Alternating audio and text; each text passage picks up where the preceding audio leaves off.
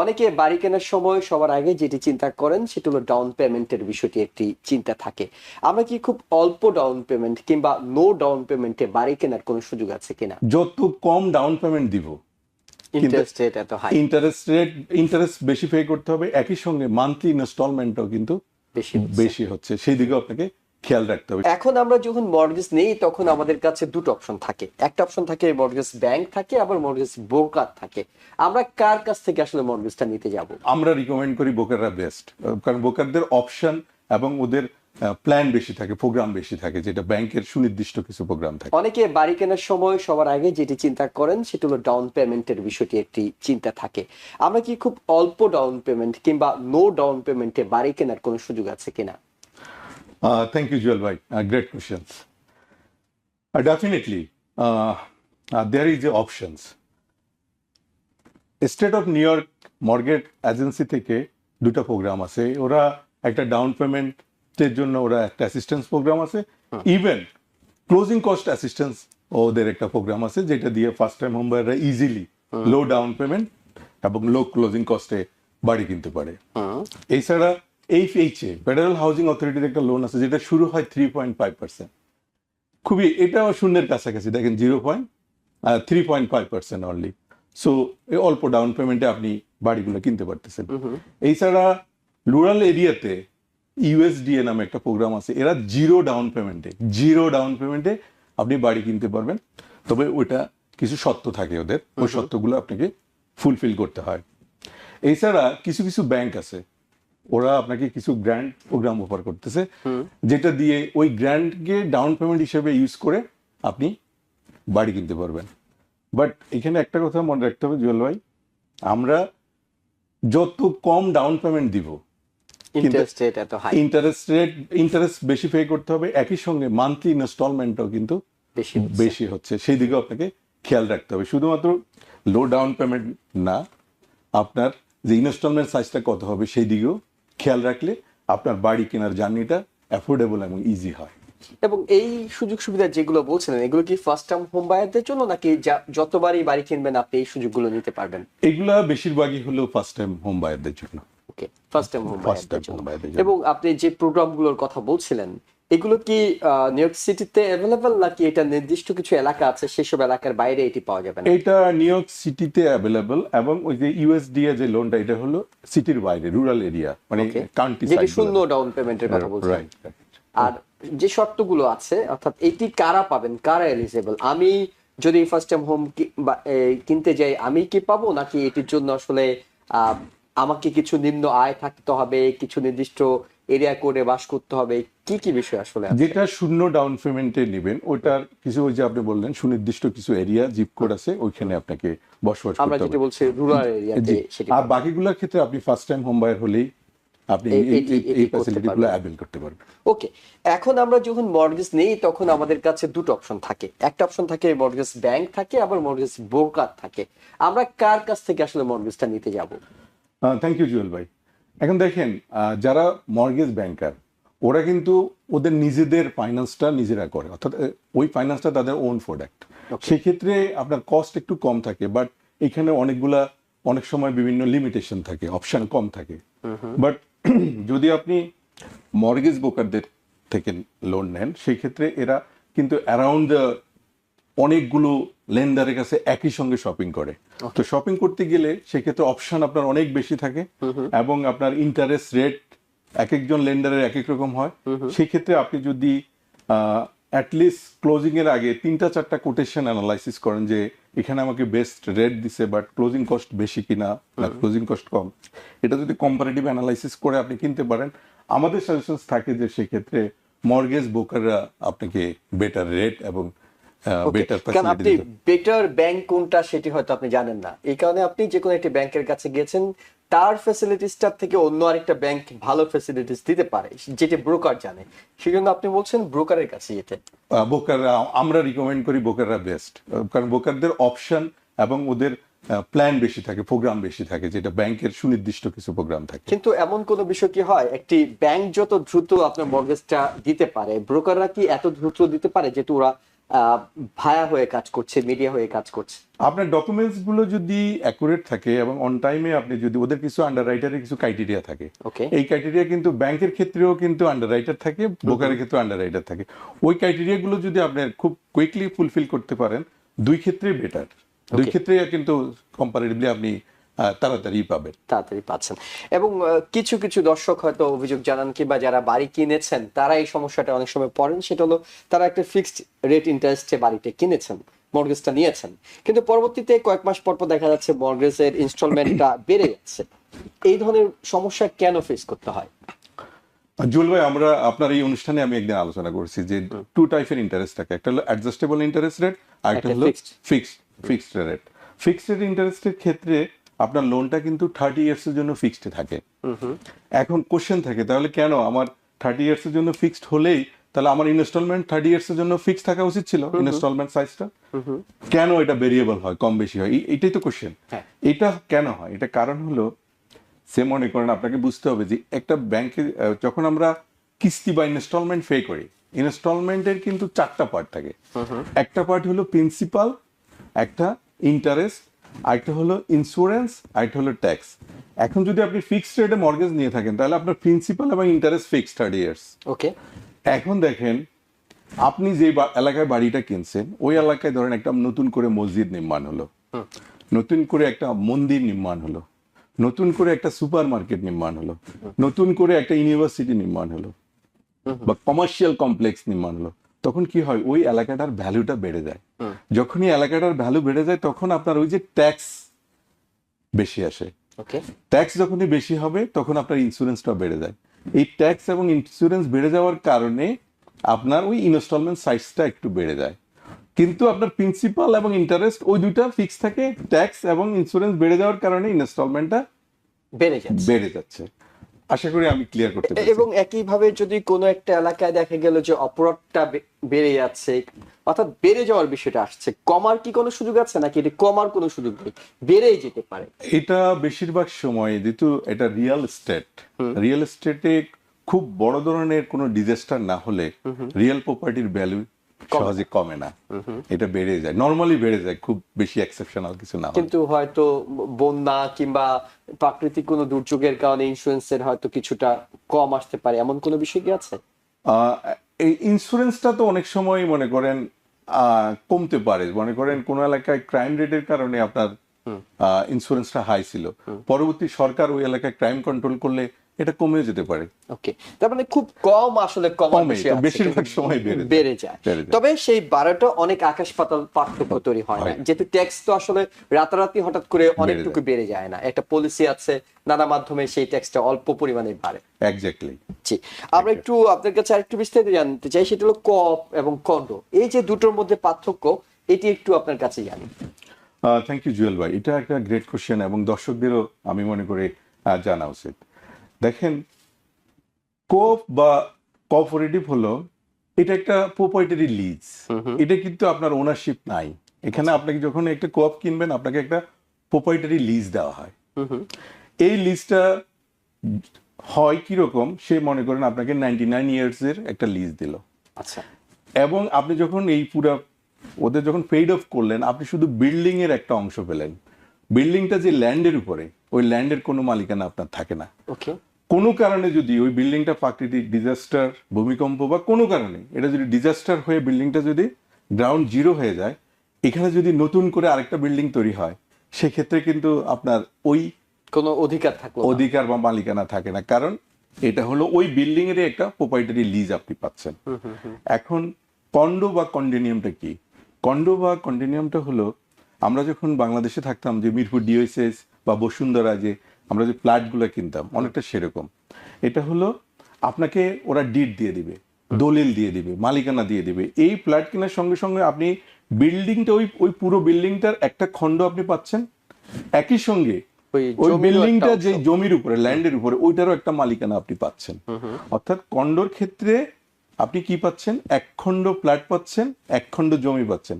আর কোঅপের ক্ষেত্রে আপনি শুধু এক খণ্ড অ্যাপার্টমেন্ট পাচ্ছেন, জমির মালিকানা পাচ্ছেন না। আরো কিছু পার্থক্য থাকে, যেমন কোঅপের ক্ষেত্রে আপনি যখন এটা বিক্রি করবেন, এখন আপনি বিক্রি করবেন এক্স মিস্টার এক্স এর কাছে, এবং মিস্টার এক্স আপনার বন্ধু, সে আপনার কাছে আসলো, আপনি বললেন হ্যাঁ ঠিক আছে আমার বন্ধুর কাছে আমি এটা বিক্রি করে দেবো, আপনি চাইলে এটা বিক্রি করতে পারবেন না। ওই যে কোঅপ বোর্ড ওটাকে অ্যাপ্রুভ দিতে হবে এবং কোঅপ বোর্ড ওকে লাইক করতে হবে, এবং তারা মনে করতে হবে যে হ্যাঁ এই এই কোঅপটা কেনার যোগ্য সে, অর্থাৎ আপনার সিদ্ধান্তের এককভাবে এটা নির্ভর করে না।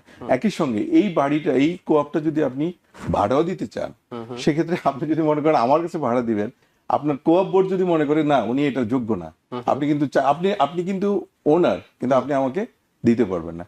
বাট ইয়ের ক্ষেত্রে, কন্ডোমিনিয়ামের ক্ষেত্রে এটা look like single property, single family হাউসের মতো, আপনি চাইলে যাকে খুশি তার কাছে ভাড়া দিবেন, এটা আপনার নিজস্ব চিন্তা আছে। অর্থাৎ আপনি প্রকৃত বাড়িওয়ালা হতে পারবেন, কিন্তু কোঅপের ক্ষেত্রে আপনি বাড়িওয়ালা হয়েও ভাড়াটিয়ার মতোই থাকতে হচ্ছে, কিংবা আপনাকে কোনো সিদ্ধান্ত নেওয়ার সুযোগ আপনি পাচ্ছেন না। এক্স্যাক্টলি, আপনি যেটা ভাবতেছেন ওকে, এক্স্যাক্টলি তাই। এটা অনেকের কাছে পরিষ্কার হয়েছে, কারণ অনেকেই হয়তো ভাবেন যে কোঅপ করলে তো হয়, কন্ডো কেনার দরকার কি, খরচটাও কিছুটা কম কিংবা জটিলতা কিছুটা কম থাকে। একজন দর্শক আছেন টেলিফোনে। দর্শক, আপনার প্রশ্নটি নিতে চাই, আপনি প্রশ্নটি করুন। হ্যালো, আসসালামু আলাইকুম। ওয়ালাইকুম আসসালাম, আমরা শুনতে পাচ্ছি। আমি বলছিলাম কি যে আমার বাড়ি কেনার ব্যাপারে, আমি সিটিজেনশিপ, হ্যাঁ, আমার বোন সিটিজেনশিপ না, ও হলো চাকরিতে আছে, বুঝছেন? তা আমি দুজনে মিলে কি ও চাকরি করে, কিন্তু এখন কি আমরা দুজন মিলে কি একটা বাড়ি করতে পারি? একটু আপনি কি বুঝতে পেরেছেন? আমরা একটু পরিষ্কার হয়নি আপনার কাছে। আপনি সিটিজেন, আপনার বোন সিটিজেন না? না, ও হলো আপনার এই যে ওবামার এই ঢাকার মধ্যে আছে, কিন্তু ও কিন্তু চাকরি করতেছে, চাকরি দিচ্ছে, হ্যাঁ, সবকিছু করতেছে। তা আমরা দুজনে মিলে কি ব্যাংক তো আমার সাথে কাগজ করতে চাচ্ছে, তা আমি বলছি ও কি আমার সাথে মানে শেয়ার হয়ে কি কোনো বাড়ি কিনতে পারবে? ওকে, ওকে, ধন্যবাদ। ব্যাংক আপনি বুঝতে পেরেছেন? কোন জি। প্রশ্ন আছে ওনার কাছে আপনার? না ঠিক আছে, আমি বুঝতে পেরেছি। জি, ধন্যবাদ। আপনি আমেরিকাতে বাড়ি কেনার ক্ষেত্রে আপনার শুধুমাত্র যদি এখানকার লিগ্যাল ভিসা থাকে, এখানকার স্টে করার সুযোগ আছে। হ্যাঁ স্টে করার সুযোগ আছে, তারাই কিন্তু বাড়ি কিনতে পারবেন। এই ক্ষেত্রে আপনার গ্রিন কার্ড হতে হবে, আপনাকে পাসপোর্টধারী হতে হবে, এই দেশের লতে এটা ম্যান্ডেটরি না। সো আপনি এবং আপনার বোন ইজিলি বাড়িটা কিনতে পারবেন যদি আপনার অ্যাফোর্ডেবল ইনকাম থাকে লোন পাওয়ার জন্য। এবং ওনার বোন চাকরি করে বলছিলেন তিনি। ডেফিনেটলি আপনার জন্য এটা ভেরি ইজি আপু, থ্যাংক ইউ। জি, অর্থাৎ বাড়িটি আপনি কিনতে পারছেন, আপনাকে অভিনন্দন। আমরা একটু রিয়েলটর মির্জা মাহমুদ হোসেন, আপনার কাছে আরো কিছু প্রশ্ন রাখতে চাই। আমরা আপনার কাছে জানতে চাই, অনেক সময় আমরা হোম ইন্স্যুরেন্স নিই, এরপর আমাদেরকে বায়ারদেরকে আরো দুটা ইন্স্যুরেন্স দিতে হয়, একটা হলো ওনার পলিসি এবং ল্যান্ডার পলিসি নিতে হয়। এটা কেন নিতে হবে? হোম ইন্স্যুরেন্স তো আমরা নিয়েছি, আমরা মনে করি যে হোম ইন্স্যুরেন্স নেওয়ার পরে আবার দুটো পলিসি কেন নিতে হচ্ছে? থ্যাংক ইউ জুয়েল ভাই, ভেরি ইনোভেটিভ কোয়েশ্চেন্স। হোম ইন্স্যুরেন্সটা আমরা নিয়ে থাকি বিভিন্ন ধরনের প্রাকৃতিক দুর্যোগ থেকে আমার হোমটাকে যদি কোনোভাবে ডিস্ট্রয়েড হয় আমি যেন কভার পেতে পারি। সেটা কিরকম হতে পারে? ডিস্ট্রয়েড বাই ফায়ার, যদি আগুনে পুড়ে যায় সেটা থেকে আমাকে নিজেকে কভার করার জন্য, অথবা ডিস্ট্রয়েড বাই ফ্লাড, বন্যার কারণে, অথবা কোনো ধরনের বিভিন্ন ধরনের থ্রেট, চুরি ডাকাতি, মহামারী, ওইসব কারণ থেকে আমরা যে ইন্স্যুরেন্সটা নিয়ে থাকি ওটা হলো হোম ইন্স্যুরেন্স।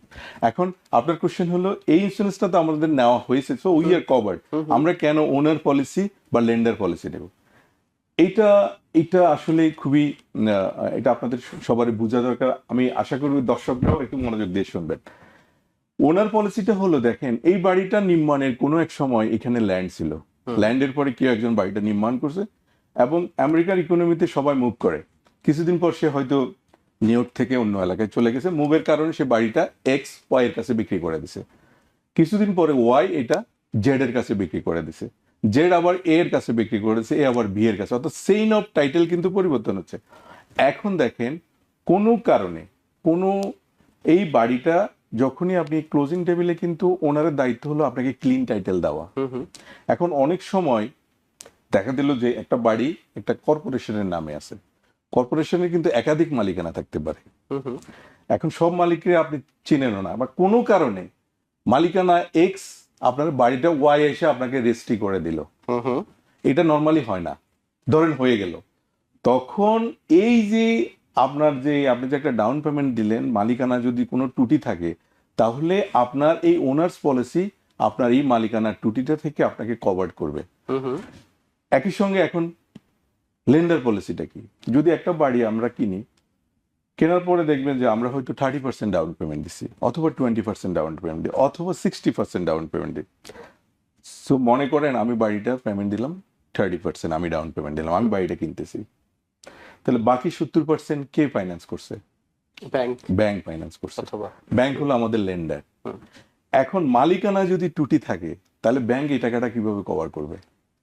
অর্থাৎ মালিকানা, অরিজিনাল মালিক যে, সে আপনাকে বাড়িটা লিখে দেয় নাই, এটা হয় না, মানে হয়ে গেছে, তাহলে কি সে তো তার বাড়ি নিয়ে চলে যাবে। তাহলে ব্যাংক যে আপনার 70% ফাইন্যান্স করলো, তাহলে ব্যাংক এই টাকাটা কিভাবে রিকভার করবে? যদি তার লেন্ডার পলিসি থাকে, তাহলে সে এই লেন্ডার পলিসি ফাইন্যান্সকে কভার করবে, অর্থাৎ যে ইনভেস্টরকে, অর্থাৎ স্টেক হোল্ডার দুজনকেই কভার করতেছে। একজন স্টেক হোল্ডার হলাম আমি নিজে, আরেকজন স্টেক হোল্ডার হলো ব্যাংক। ব্যাংককে কভার করতেছে লেন্ডার পলিসি, আমাকে কভার করতেছে owner policy. So it is recommended যে হোম ওনার ইন্স্যুরেন্স থাকার পরেও আপনাকে ওনার পলিসি এবং লেন্ডার পলিসি কিনতে হয় ক্লোজিং টাইমে। Thank you, এখন জয় ভাই। নিঃসন্দেহে দর্শকদের কাছে বিষয়টি পরিষ্কার হয়েছে, আমার কাছে অনেকটা পরিষ্কার হয়েছে। যেটি দর্শক আছেন সম্ভবত টেলিফোনে, আপনার টেলিফোনটি নিতে চাই।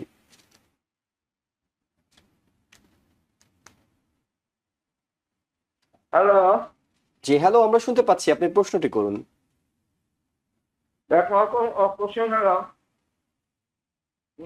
আমার নাম মোহাম্মদ সেলিম রেজা, জি কুচবিহার থেকে বলছি। জি আমার যে লোন আছে, যদি আমি 40,000 একই সাথে পেমেন্ট দিয়ে দেই, ইন্টার পেমেন্ট দিয়ে দেই, তাহলে আমার সময় কমবে না প্রিমিয়াম কমবে, মর্গেজ কমবে? প্রশ্ন এক।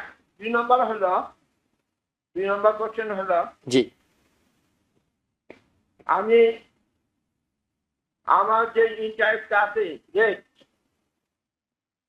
হ্যাঁ যদি আমার চলে যায়, ট্যাক্স কমে যায়, প্রপার্টি ট্যাক্স কমে যায়, গভর্নমেন্ট কমে যায়, আমি এক সিনিয়র সিটিজেন, আমি অ্যাপ্লাই করছি এবং আমি এখন ইয়ার মধ্যে অ্যাবিলিটি আমার নাই, 50% অফ করে দিচ্ছি, তাহলে আমার কি টোটাল এইটা আপনার মর্গেজটা কমে যাবে না? জি থ্যাংক ইউ ব্রাদার।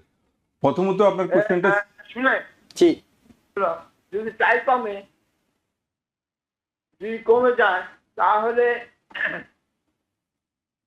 আমি এই প্রপার্টি ট্যাক্স 1 ইয়ারে আমি 2 টাইমস বা 3 টাইমস দিয়ে দিতে পারবো না? ওকে, আমাদের কাছে পরিষ্কার। প্রশ্নটি কি আপনি পরিষ্কার হয়েছে? জি জি জি। Thank you brother. প্রথমত আপনার কোশ্চেন ছিল যে আপনি যদি প্রিপেমেন্ট, অগ্রিম পেমেন্ট করে দেন, সেই ক্ষেত্রে আপনার যদি, আপনি যখন লোনটা নিয়েছেন তখন যদি আপনার প্রিপেমেন্ট যে একটা ক্লজ থাকে, সেটা যদি থেকে থাকে, তাহলে ওই ক্লজের কন্ডিশন অনুযায়ী আপনি ওয়ান টাইম সেটেল করে দিতে পারবেন। সেক্ষেত্রে যদি প্রিপেমেন্ট কোনো পেনাল্টি না থেকে থাকে, আপনি ইজিলি ওটা পে অফ করে দিতে পারবেন। আপনার দ্বিতীয় কোশ্চেনটা ছিল যে আপনার প্রপার্টি ট্যাক্স যদি কমে যায়, সেক্ষেত্রে আপনার ইন্টারেস্ট কমবে কিনা। হ্যাঁ, ডেফিনেটলি। আমি একটু আগেই, আপনি হয়তো আমাদের আলোচনা শুনেছেন যে একটা মর্গেজ ইনস্টলমেন্টের 4টা কম্পোনেন্ট থাকে। একটা বলছি প্রিন্সিপাল, ইন্টারেস্ট, আর কি ইন্স্যুরেন্স এবং ট্যাক্স। সো যেহেতু আপনার ট্যাক্স কমে গেলে ডেফিনেটলি আপনার ইনস্টলমেন্ট সাইজটা কমে আসবে। Thank you. জি, আরেকজন দর্শক আছেন। দর্শক, আপনার টেলিফোনটি নিতে চাই, আপনি প্রশ্নটি করুন। জি, আসসালামু আলাইকুম। ওয়ালাইকুম আসসালাম। আমার দুটো প্রশ্ন রয়েছে আজকে। প্রথম প্রশ্নটা হচ্ছে, আমি জানতে চাচ্ছিলাম যে হোম ইকুইটি লোন আর হচ্ছে হিলকের পার্থক্যটা। আর দ্বিতীয় প্রশ্নটি হচ্ছে, আমি যদি হোম ইমপ্রুভমেন্ট লোন নিতে চাই, কি কি লাগবে? ধন্যবাদ আপনাকে। ধন্যবাদ ব্রাদার।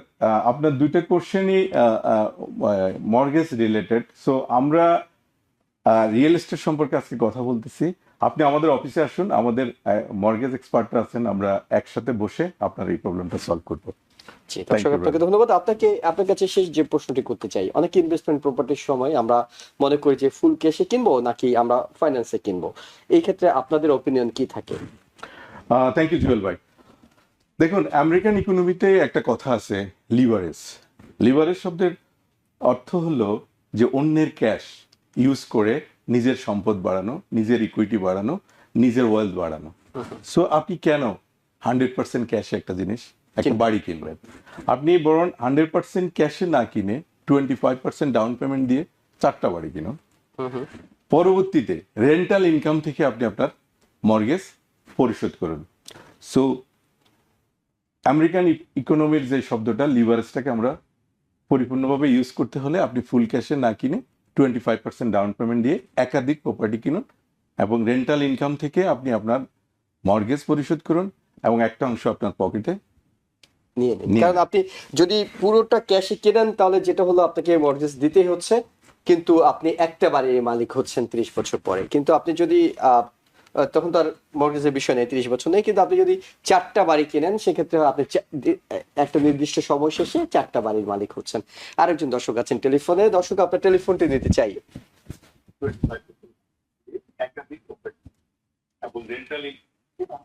দর্শক, আপনি একটু টেলিভিশনের ভলিউমটি কমিয়ে প্রশ্নটি করুন।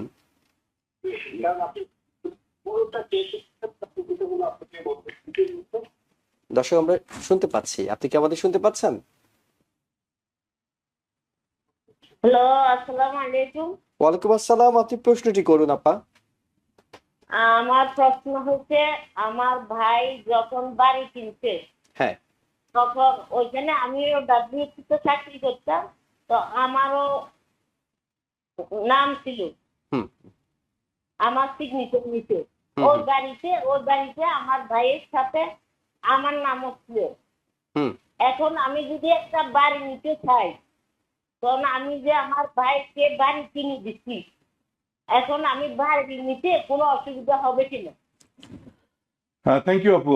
এখানে একটু অসুবিধা হবে, কারণ লোন দেওয়ার সময় লেন্ডার সবসময় ডেপ্ট টু ইকুইটি হিসাব করে, অর্থাৎ আপনার ইনকামের তুলনায় আপনার ডেপ্ট, আপনার লায়াবিলিটি কতটুকু আছে। যেহেতু আপনি আপনার ভাইকে কো পেমেন্টের জন্য সাইন দিয়েছেন, সেখানে একটা লায়াবিলিটি শো করতেছে। সো আপনি বেটার হবে আপনার ভাইকে বলেন ওটা রিফাইন্যান্স করে আপনাকে ওপেন করে দিতে বা আপনাকে রিলিজ দিয়ে দিতে, এরপর আপনি বাড়িটা কিনুন, এটা আপনার জন্য ইজি হবে। থ্যাংক ইউ আপু।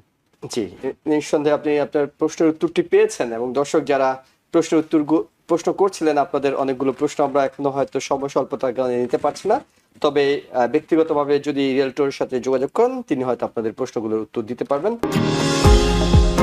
নিউ ইয়র্ক থেকে সম্প্রচারিত TVN 24 টেলিভিশন বিশ্বজুড়ে বাঙালির কণ্ঠস্বর।